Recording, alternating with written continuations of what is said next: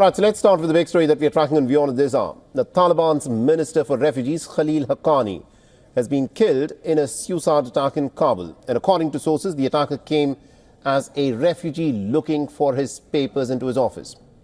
When Khalil Haqqani came to the ministry after lunch and was passing through the corridor, the suicide bomber then triggered the blast.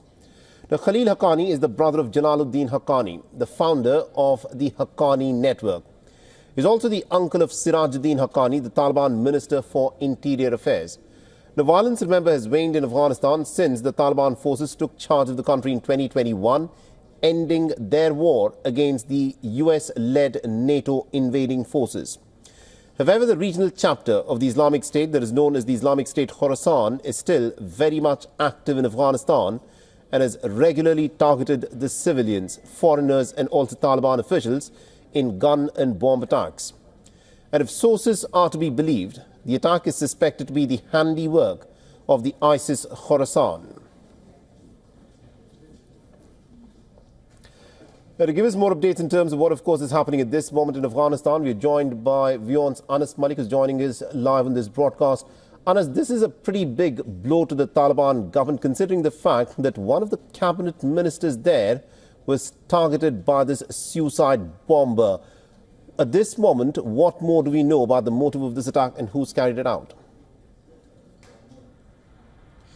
Well, indeed, it is a very big blow to the Taliban. It won't be wrong to say, because Khalil Haqqani, the uncle of incumbent Interior Minister Siraj Haqqani, the brother of Jalaluddin Haqqani, who was the founder of the Haqqani network, he has indeed been assassinated, not anywhere else, but inside his very own ministry, in the mosque of his very own ministry. That raises alarm bells. Khalil Haqqani was offering prayers, and after the prayers, while he was leaving for lunch, inside his ministry's mosque is when this bomber has reportedly detonated himself. What we know so far is that the casualty figure has not been confirmed on the part of the Taliban, but officials in Afghanistan, including the Afghan interim government officials on background, have indeed confirmed the assassination of Khalil Haqqani.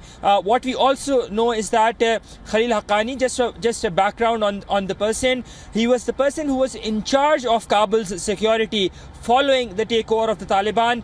For about 22 days, he was all in all in Kabul. It won't be wrong to say we were there, we witnessed this very closely, up until the formation of the interim Afghan government. That was on the 7th of November. So from the 15th of August 2021 up until the 7th of September 2021 is when Khalil Haqqani was the one calling the shots when it came to security inside the capital city of Kabul. He was a Shura member, he was a Taliban Shura member or a Taliban a council member that is there.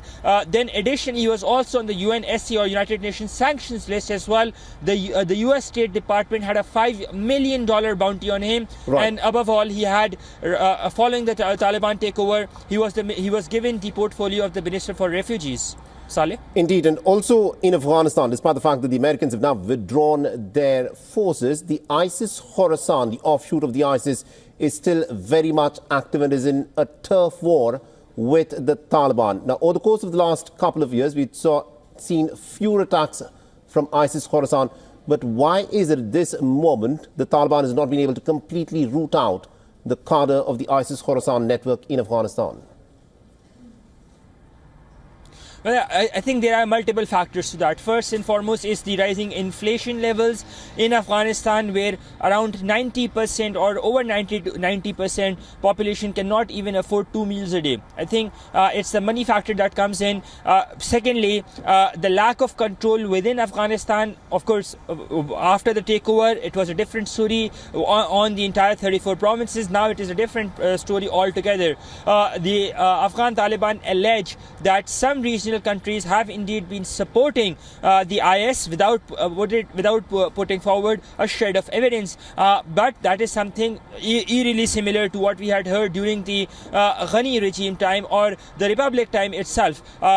what is also pertinent to mention the fact is that they can't really hide behind hoodwinking or alleging. ISK has been active. In fact, they attacked on the 8th of October 2021. They attacked the mourning procession of Zabiullah Mujahid, who's now the information minister, the spokesperson of the Taliban. So ISK has been active. They have not been able to root out terrorism, and that remains a bigger headache for the interim Afghan government to deal with going forward. Saleh? Indeed. Thank you very much indeed, Anas Malik, for joining us and getting us all those updates then. For all the latest news, download the WION app and subscribe to our YouTube channel.